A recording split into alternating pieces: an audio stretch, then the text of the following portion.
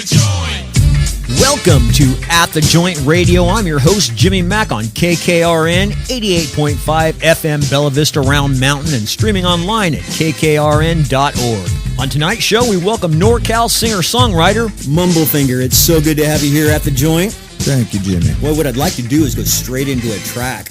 Do it. One of my favorite tracks of yours, and you know almost all your tracks are my favorite. Roy the Gay Black Cowboy. Oh, let's spin it. Spin it.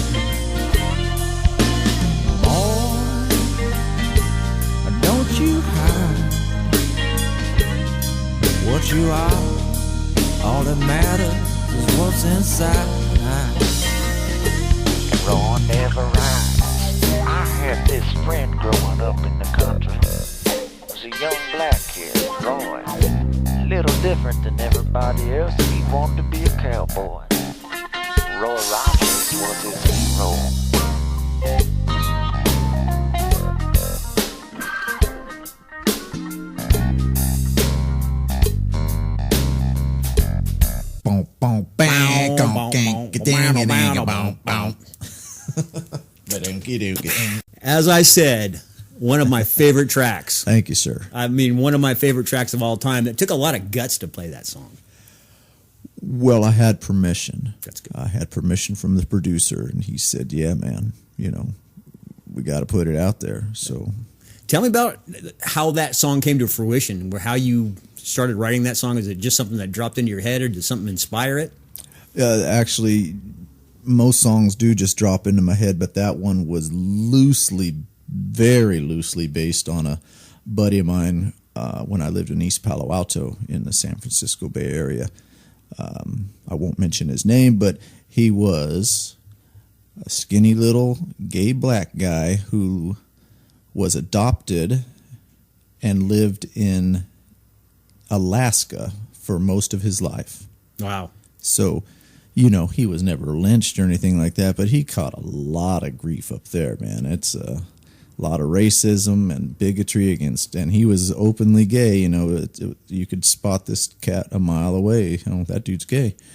He didn't hide it, so he was very brave. He got out of there as soon as he could. As soon as he hit 18, he was gone, but it was loosely based on his experience. But, you know, I took a little liberty with it. A little liberty with That's it. a great song. Thank you. Great song. Also recorded with Beckett, wasn't it? Barry Beckett, my hero. He is. Yeah. There's a lot of history back there, Muscle Shoals. Yeah. I mean, this dude produced Bob Dylan, Bob Seger, Paul Simon, Elton John. I mean, the list just goes on and on and on. Dire Straits, Fish, just tons and tons of amazing talent that he worked with over the years. He left his fingerprints all over your albums. Yes, he did. He liked that dark sound. If trying to think of something people might remember, Julian Lennon's first album, Volat, had a very dark sound. Barry should have got producing credit on that, but I think he just got arrangement with the for the musicians. He did the arrangements, but that's that sound right there. I mean, these two albums, they don't sound exactly alike, but if you play them back to back, you can hear Barry's influence on him. He liked it very, not bluesy. He would say bluesy, but not bluesy. Barry talked more in colors. He'd say, this is really dark. It's almost black. It's like a really dark blue. I can relate to that. Yeah. 'Cause I think a lot of musicians would relate to something like, maybe that's why he was so great. There's a word for that. I can't remember what it is because I can't remember hardly anything, but there is a word for people who hear music and see colors with it. I see pictures with it, so we got along great. Great. Yeah. Great. Also, John Lee Funk. That's another one Barry picked out to do. That was actually before I met Barry. I wrote that one and recorded it on an album with my little sister that's called Southern Fried and Greasy. And we were supposed to have John Lee Hooker come in and do the John Lee voice on that one, but schedules would not permit. And so I did the voice myself, but after the song was done and he heard it, he was digging it. He always referred to it as the Hung Like a Donkey song. What's I not like to that love? Hung Like a Donkey. So thank you, sir, but it's actually called John Lee Funk. You would think he could have remembered his own name, but, you know. Well, without further ado, let's get into John Lee Funk by Mumblefinger. Hit me.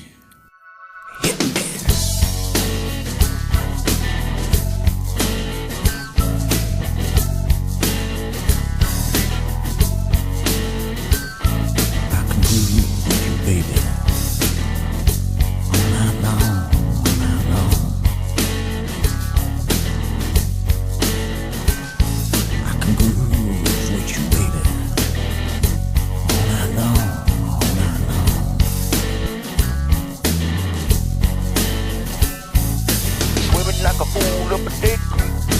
Death strokes don't make a man weak. You got more trouble than you can keep.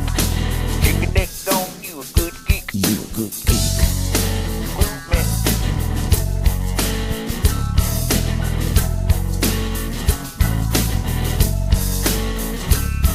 Been 10 years gone on the bayou. Another gator gone bad in the bathroom. Shooting pool and greasing up your tattoo. Wanna be just like a bitch. Like a man on hoodoo. Hoodoo. Like a man on hoodoo. Fire me.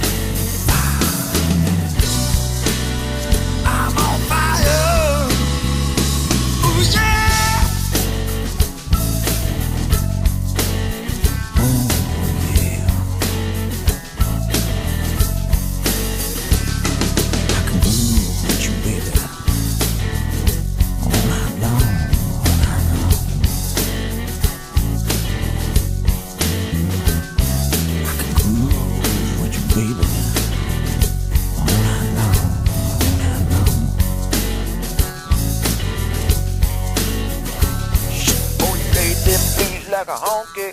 Women look good, you hung like a donkey. You sing like you wish you was John Lee. All the time you in the wrong key. In the wrong key. Groove me. Wrong key, wrong key, wrong key. Groove me. We got coke up on Frank Center. You can drop it for speed as a center. I take the young thing out for a spinner. Cause I like a little snack before dinner. Got the phone dinner. Groove me. Sweet thing, got the phone dinner. Groove me. Fire, man, fire. I'm on fire. Yeah. Ooh yeah. Oh, yeah.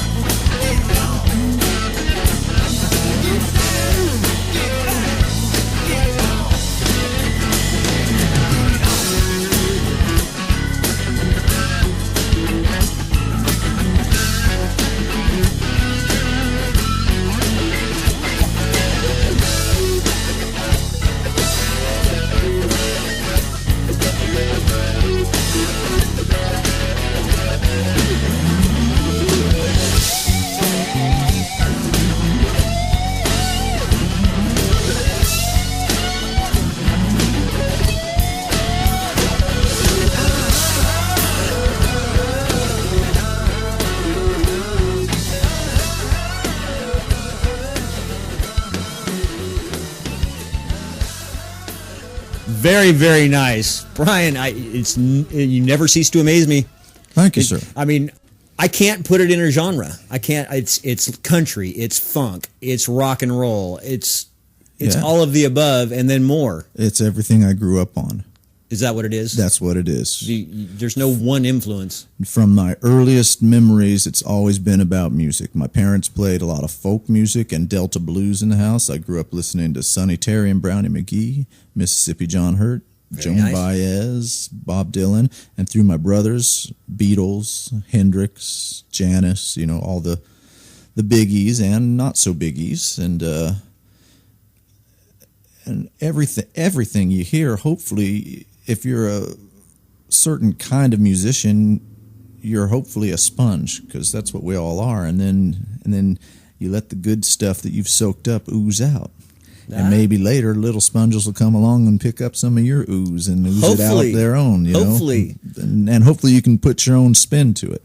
I'm looking forward to some of these younger artists sponging up what you've done and expanding so am upon it. I kind of wish some of these old cats would just retire or something, because, like when Elvis Presley died, for a lot of people, even though it was a very tragic thing, but I've heard this in interviews, a lot of those people that later became famous after 77, when he passed away, some of those folks out there went, oh, now there's room for more of us, because the Stones, they still sell tons of records. They have huge tours, ZZ Top, and I hope none of these guys ever stop playing.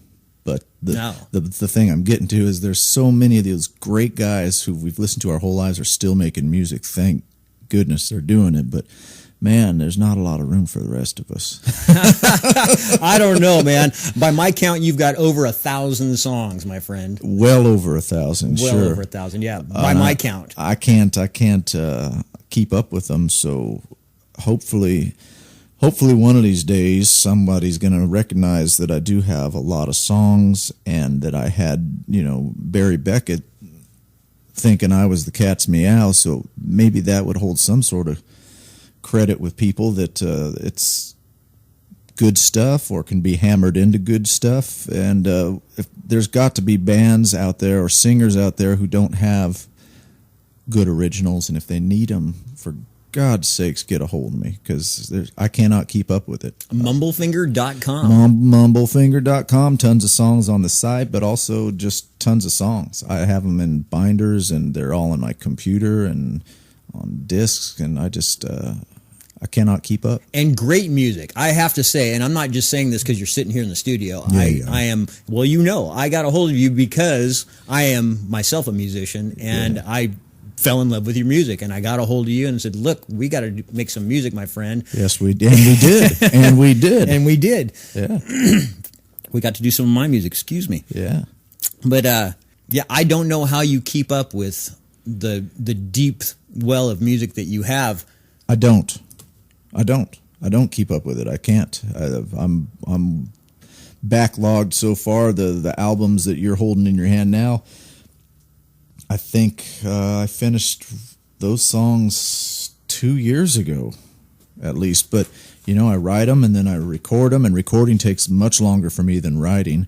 And then I mix them down, and by the time those are done, I've lost total interest in that album because I'm working on 3 or 4 other ones. I've got 4 albums in the can right now waiting to be released, but I got to wait till these ones sell out, and and you can't just keep flooding the market, even if it is just a little corner market here in the North Valley. I'm hoping to get some people out there wanting to record my songs. Yeah. Well, just judging by the stories I've heard from the Beckett sessions, you wrote 10 songs in between sessions. Easily, yeah. Barry was he'd come in and he'd listen to the songs. We'd have these amazing meetings, me and him. I'd go to his office, we'd sit down, and before we'd start, I'd say, "Okay, hold on now. It's time for Let's Ask Barry," because this dude, I knew more about him than he did, but I would still ask him stuff.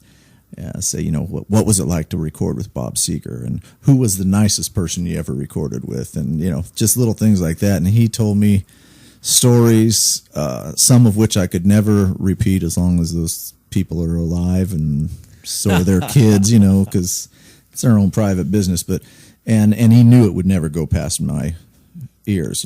I was not going to repeat some of these stories, but some Are you of them, sure you don't want to repeat some of these stories? I'm positive, man. But there are some that were just beautiful. His first meeting with Bob Dylan, and he said, by the way, the nicest guy that he recorded with was probably Paul Simon. He said, just what a prince of a man, wonderful guy. You like hearing that, when you someone you look up to is cool. Absolutely, and such a great artist. Sometimes they don't go hand in hand. No, they don't. Yeah, well, the other half of that duo wasn't always the nicest guy I hear, but From what I understand. Sorry, Artie, but that's how it is, man.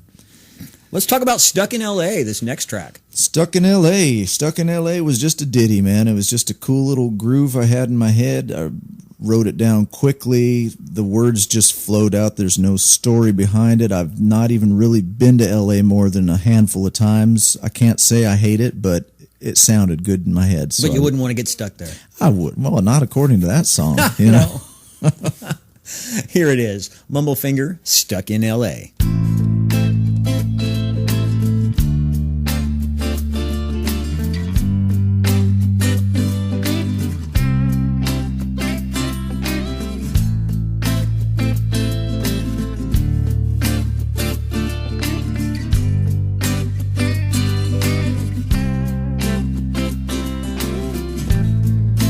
Wherever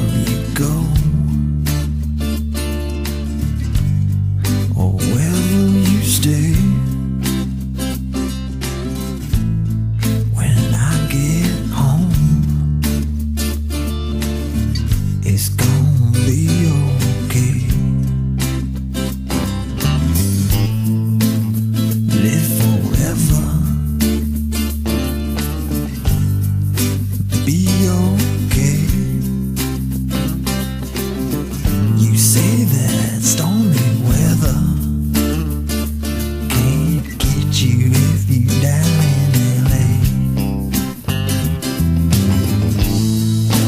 Take all the beaches, take all your sunshine, take them away. What you live with sugar, you ain't stuck in heaven. Oh no, you just stuck in LA. You say.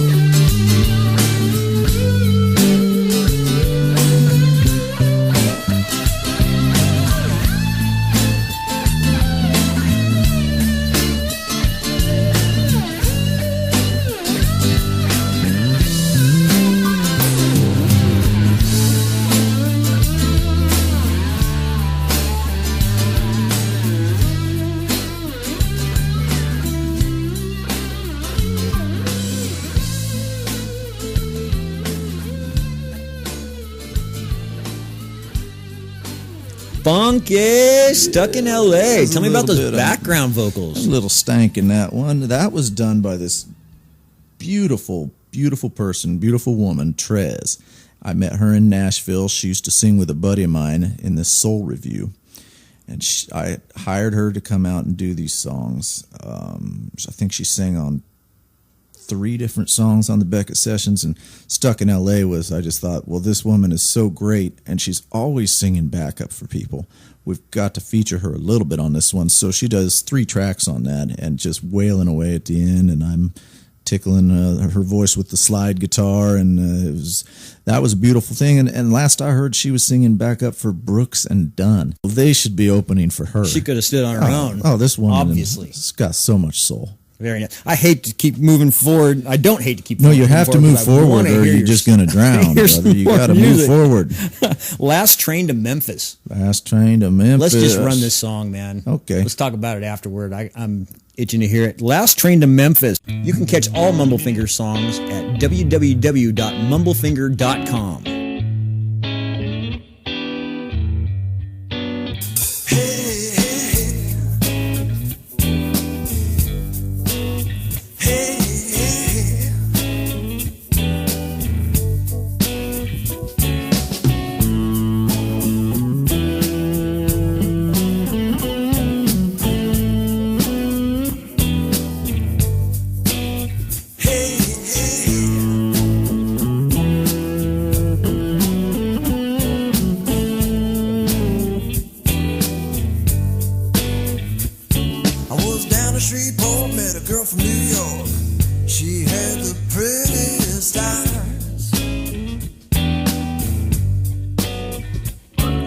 Strutting around like she on the town, drinking a fresco with a smile.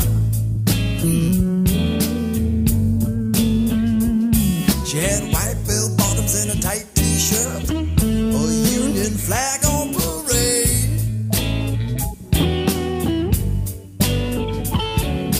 Disco glitter, Farrah Fawcett hairdo, and Foster crash shades. Lord, she had it made.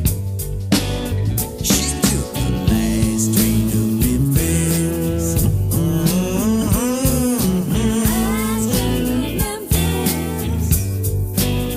Yeah, the last train to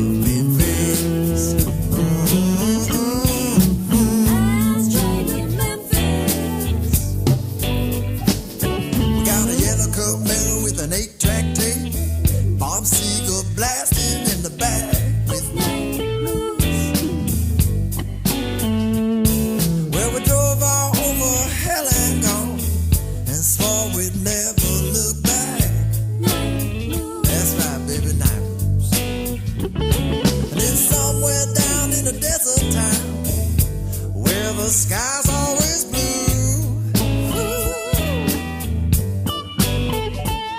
Well, she left me a note, said this ain't no joke.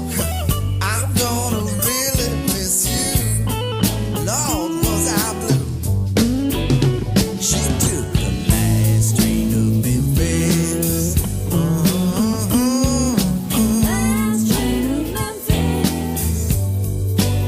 She took the last train to Memphis.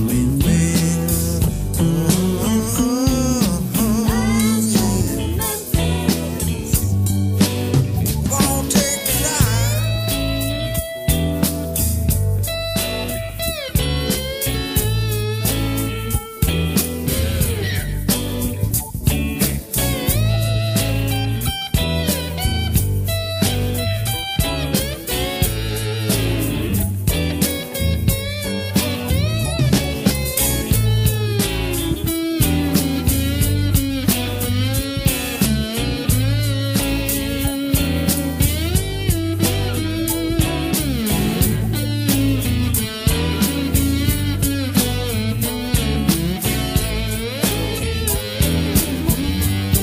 Oh, she took the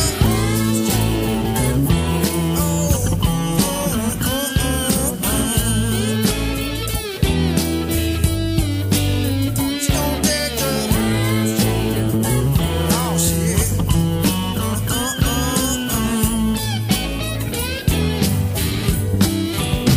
She took the last train. Gonna take the last train.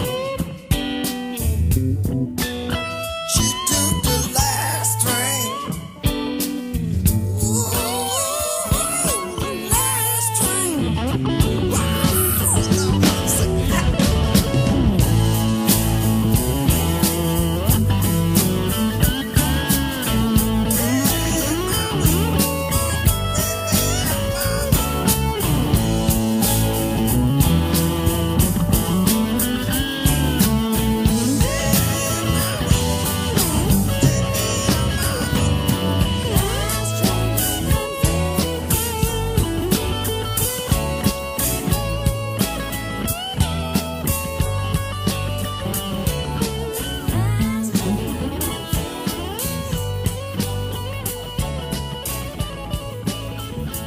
I was Last Train to Memphis.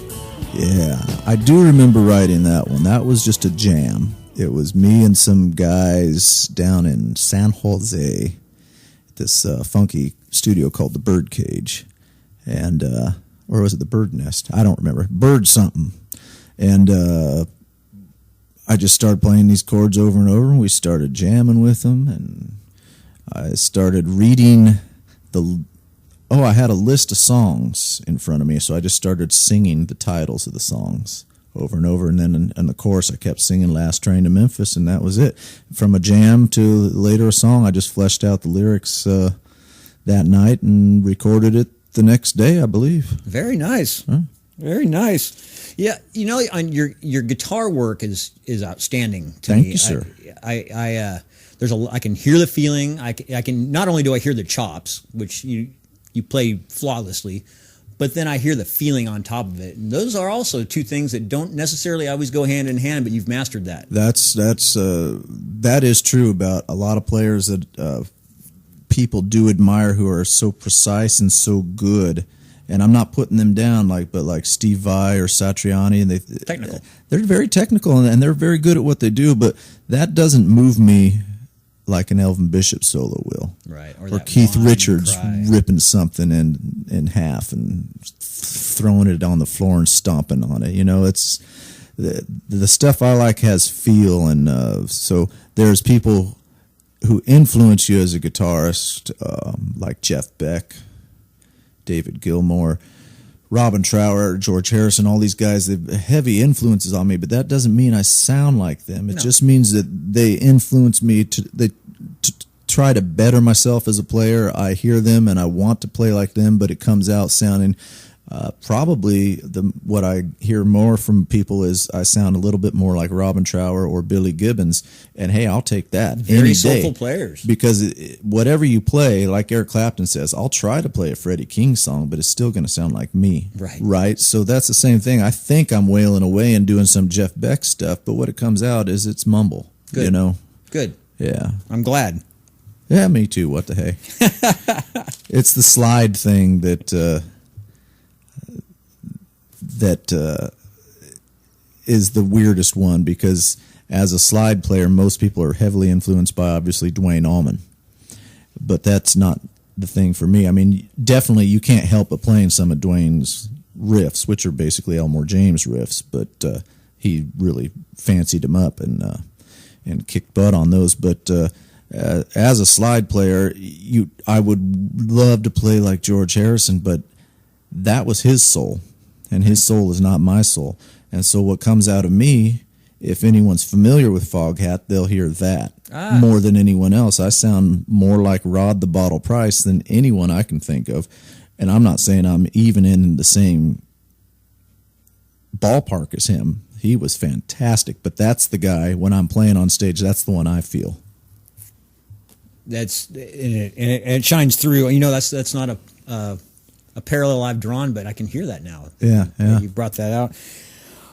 Monkey Foot Woman, brother. Monkey Foot Woman is a love song to my girl Donna. Mm-hmm. You've got to tell the listeners the story you told me before we went on. It's not, it's sort of a love song. I mean, I've actually written real love songs for her, and she knows it. But when I wrote this one, she just laughed and said, "So you finally wrote a love song for me?" Yes. Because she doesn't have a monkey foot. I call her monkey toe, but monkey toe doesn't flow as well as monkey foot. But she can pick a dime up off the sidewalk with her toes, and nice. And she's very agile with the foot, So I wrote this song, sort of an homage to her, but also just for fun. Oh, here we go, Monkey Foot Woman.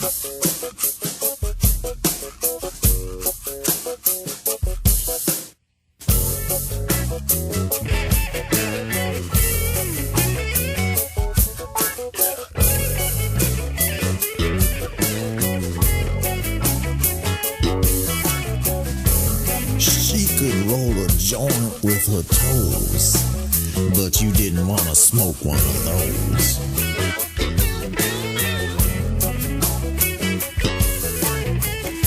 Pick up a dime off the sidewalk. She could pinch you with her toe. Raise a wealth that hurts so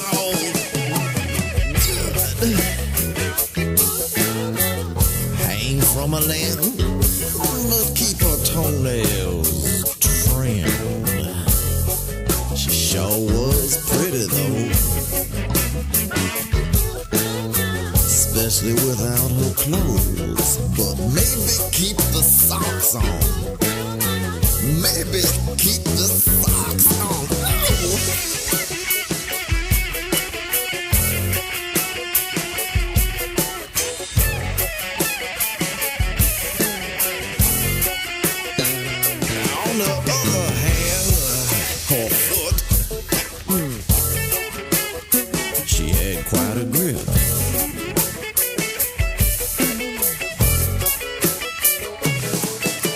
Never slept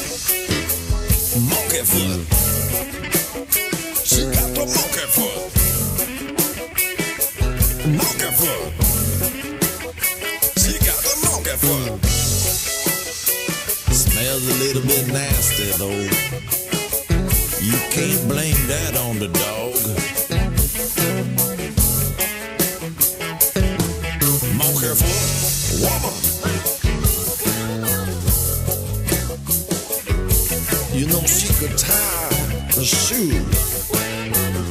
Only one shoe, but that will do. Baby's lots of fun. I got them all on the one. She got the monkey foot.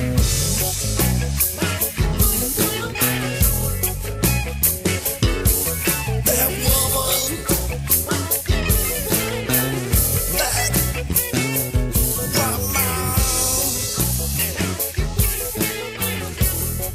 Oh, she got me with a grubby little nasty monkey foot. Yeah, it tickles you, doesn't it? That is a great song, my friend. Thank you, sir. I love that song. Nothing like the blues. Nothing like the blues is just what it is. There ain't nothing like the blues. I usually play a lot of blues clubs, but I'm not a blues cat, really. If you hear my stuff, I think maybe it's got blues in it, but I'm not a straight ahead blues one. But this is my attempt at playing a straight ahead 6/8 kind of blues thing. Before we go into the track, let's talk about your current lineup with the people that you're playing with, because they are a lot of those guys are blues and jazz players, aren't they? Oh yeah. I've got the good fortune to play with what I think are the best on their instruments in the North Valley, and certainly even as far down as the Bay Area and out to Nashville. Some of these guys are just, for example, the bass player is my all-time favorite bass player to play with, and I've played with some monsters in my day, but Steve Huff, just a local cat, plays a beat-up Fender. He plays what is supposed to be played. He doesn't have an expensive rig or, this great badass setup. It's just an old, I think it's a Fender Squire, and a cord and an amp. But he has such feel, he plays. This is a perfect example for young kids. Steve and the other guys in the band, but Steve in particular, he plays the song. He does not use the song as a vehicle for his chops. He plays what is appropriate, and that's why he is my all-time favorite bass player. He's living that song. He's a brick wall, man. You can lean up against him forever in a solo. And that's what guitar players love. Absolutely. We all got that ego solo thing. And I've got also in that rhythm section a guy that I've known longer than the other guys. Actually, Patrick and I go back about 12 years, I think, is Patrick Wiseman on drums. Just fantastic. I mean, he's old enough that he gets the blues and the jazz and all that. Any influence I might tell him, I say, go Steve Gadd on this one, and he'll still sound like Patrick, but he'll throw in some Gadd-like chops. But he's also young enough when I say, just give this one a hip-hop feel, a ballad hip-hop feel. And he's clever enough that when I say, well, this one's sort of like country reggae, and he gets it. Oh, nice. He gets it, nice. So he's a fantastic drummer and a very odd person. And he fits right in there, doesn't he? I love him. Patrick and I, we can just, we went to a party once together and ended up not mingling with anyone. We just sat and talked to each other and cracked each other up for about 3 hours. That's awesome. Who else do we have? And he used to play with the late Sam Buckra, who's should always get a shout out to that guy. He was very cool. And another guy in my band, was in Slam's band as well, is Mackenzie Hughes. Big Mac on the trumpet. And he's the newest member. And it adds, you wouldn't think that trumpet would really add to a band that much, but it does. Mackenzie's a very tasteful player. He doesn't step on toes. He just sits back. He does subtle little horn lines. He'll step up and take beautiful solos when you want him to. And so he's an addition. Anytime there's a good addition, if someone can add to the music, that's great. I mean, this is a big band, and no one's stepping on toes. That's great. I've got 2 keyboard players. I have, he also plays saxophone, but on organ we have Mr. Grant Rudolph, who Great is player. awesome. I mean, this guy, any of these guys I just mentioned could head their own band. Absolutely. And Grant is certainly one of those. He's a good singer, great sax player and B3 player. And tasteful, half the time when I'm looking over at Grant, he's not playing anything. He's just sitting there with a big smile on his face because the band's cooking, and then he'll color a little bit with some high right hand stuff. And very percussive player. Oh yeah, man, and his solos are outrageous, and he's just a beautiful guy. And the other one is my little brother, Cleveland Bonet. Cleveland. When I first met Cleveland, he came down to my studio, and after we played on a song for about 8 minutes, just this 2-chord groove over and over, we looked at each other and at the same time said, "What are you doing up here?"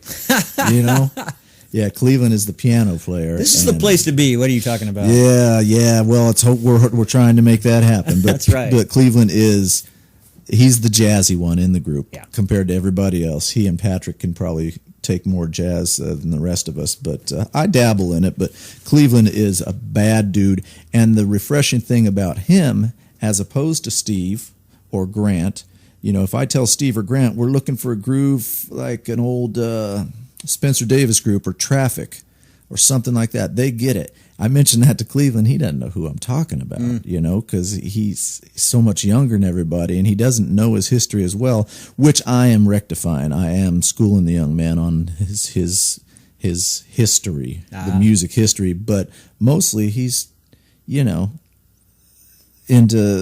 the more, say, hip-hop and who knows what the guy listens to. Your current lineup is really well-rounded. It is. It's what it all comes down to is ears. All these dudes have ears on their heads, and they use them, and they stay out of the way. The best players in the world know how to stay out of the way. And it's not what you play all the time. Sometimes it's what you don't play. play. No, man. Save the fancy stuff for your solos, and don't do it on every solo, or people are going to get bored and walk out. Yeah. Well, let's get to that track, Nothing Like the Blues. Nothing Like the Blues. Well, yeah, speaking of, that's a bad intro for me, because this is where I do throw in every trick I know in the book. But it's all about the lead guitar on this one, folks.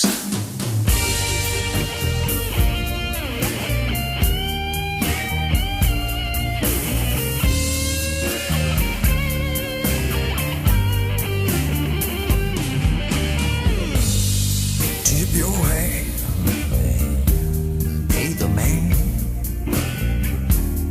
You got nothing left to lose.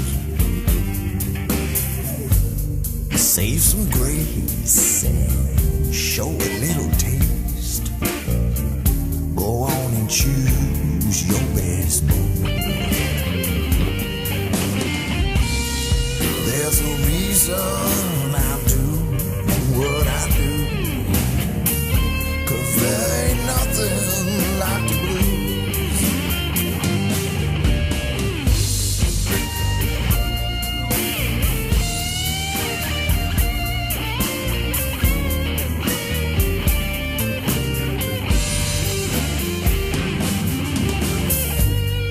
Try my line. It used to work once upon a time, but that was when I had some better moves. Slip a toke and let me in on the joke. You just a white boy who's lost in the blues. There's a reason I do what I do, 'cause there ain't nothing like the blues.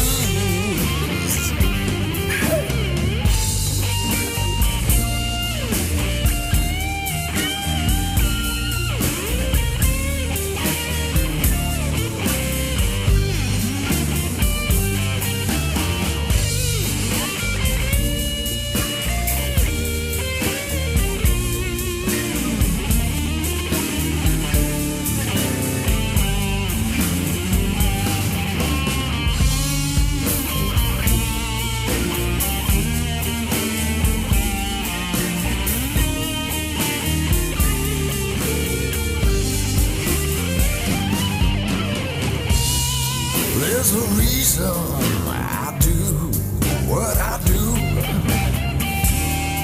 There ain't like the blues. Yeah, the reason I do what I do, 'cause there ain't nothing like the blues.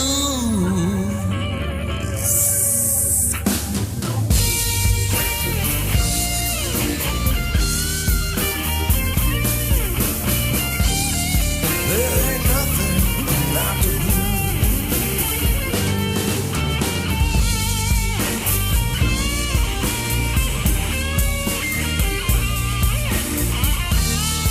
There ain't nothing like the blues.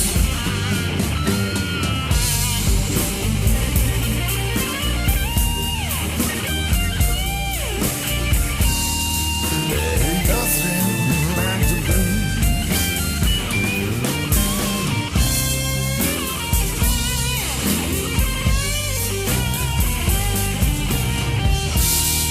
'Cause there ain't nothing like the blues.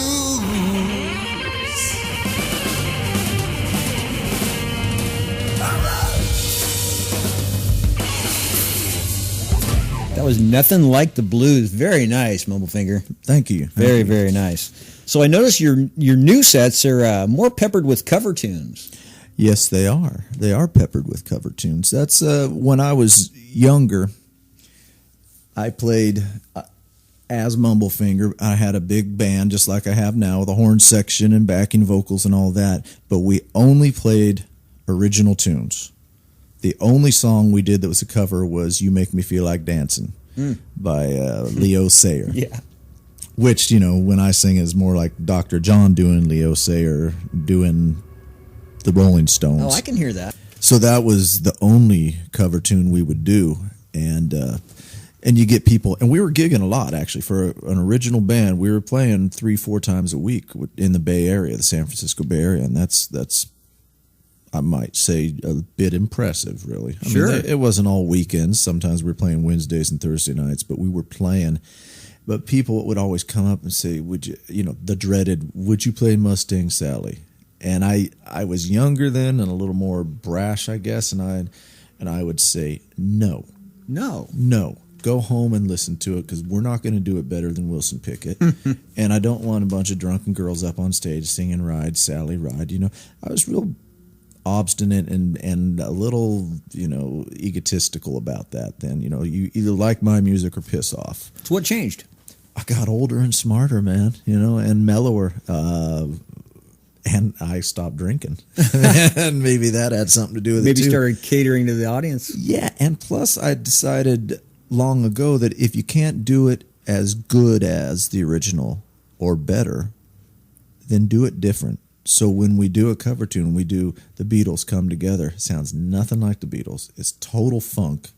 When Aerosmith did it, they just basically did the Beatles but heavier, and it suffered. I love Aerosmith. I mean, really love them. But that version of Come Together, I think, bites the big one.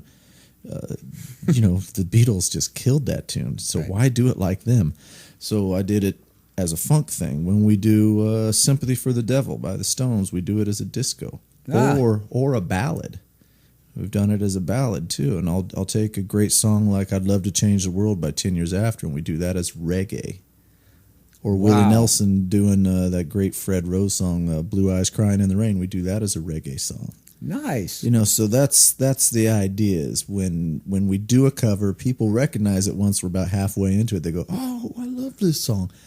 But it's different. One of the many things you can look forward to when you see a Mumblefinger show. That's where right. can we go to see where you're going to be playing, where you've been playing around town? Up here in this lovely North Valley, there's 2 clubs in particular that we play in the Reading area that we just love, man, because not only is the clientele awesome, but the people who work there and who own the clubs, they're just wonderful people who are trying so hard to keep live music alive and well. And that's what we need. So many of these other clubs are going to DJs and or just piped in music, and it's depressing, man. Live music is so much more fun. It's so much more live. Yeah, man. So we play at the Post Office Bar and Grill. Great. And we play just around the corner from that, the Vintage Wine Bar. And I love those places. They're seeing a lot of live action there. Yeah, and they get acts from out of town coming through, songwriters and like that. And I've seen a lot of bills go through there. yeah, and bless their hearts for it. They've recently put in a stage, and they're just into it, and they pay their bills to ASCAP and BMI, and so they're totally legit, and they treat the musicians better than most. Good. Both these places, the post office as well, they treat us so well there. They don't treat you like an employee. They treat you as a guest. And that goes a long way. It sure does. It's just in wanting to come back to a certain club. Makes a big difference. Kudos to the Reading clubs, man. Absolutely. And for keeping the music alive, and kudos for you for helping. Thank you, sir. Yeah. And you've got to do that. You've got to keep it local. And that's not just music. That's everything. I would rather go and buy my girl a dress at a local shop that costs a bit more than, say, at Walmart or something, because it's a local shop. It's local people. These are your neighbors. That's right. You've got to help them out because they'd help you out. And it makes all the difference in the world. That's how it should be. How it used to be. That's for certain. Yep. Well, if you want America to be what it used to be, go back to doing the things that made it what it was. And I'm seeing a surge in that.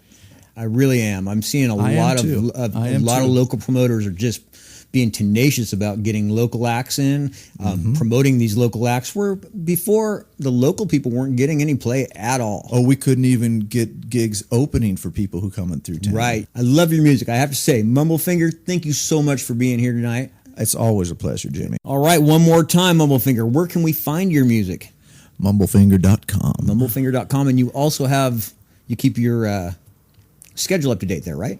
Yeah, the calendar's broken, but what are you going to do? So on the front page, I say our calendar's broken. Here's the gigs. Right, so the gigs are right there on the front page. I do Facebook. I'm not a computer guy, so I actually have somebody who does Facebook for me. But some messages get to me. Honestly, I do respond. Occasionally. I know you responded to me. Yeah, I do respond occasionally. And we have videos. We have tons of videos on YouTube, and we're out there. We are out there. It's just one of these days, hopefully before I hit 50. Who knows? That's creeping up real quick here, but I wouldn't mind making a little bit of bread on this side and doing this music thing. I mean, I'm doing all right, but it sure would be nice to play on a bigger stage once in a while. I hear this all the time. When I'm playing your music for somebody, or when they see you play somewhere, and they're conveying to me what they've heard, and I've heard Mumblefinger before, and they say, "Why isn't this guy famous?" Boy, I wish I had some money for every time I've heard that. Really, I'll bet. I mean, it's a beautiful question. I love hearing people say that, and I say, because I haven't met the right people, maybe. Who do you know? I put it right back at them. Can you help me? I'm looking for help, people.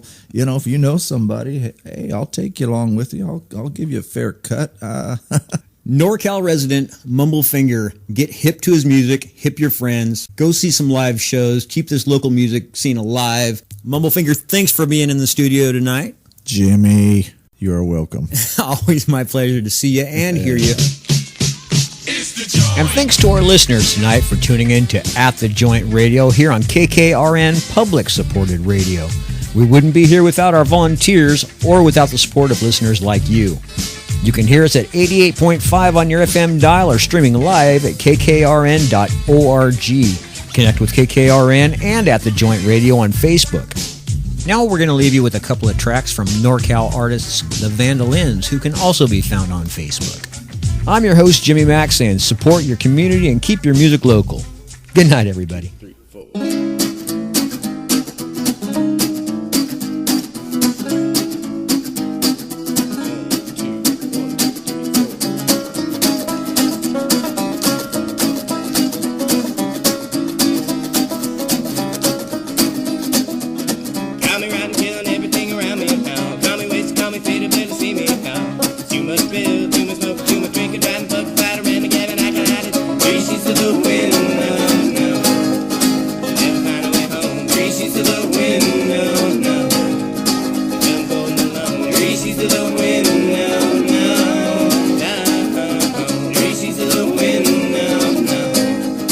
Never find a way home.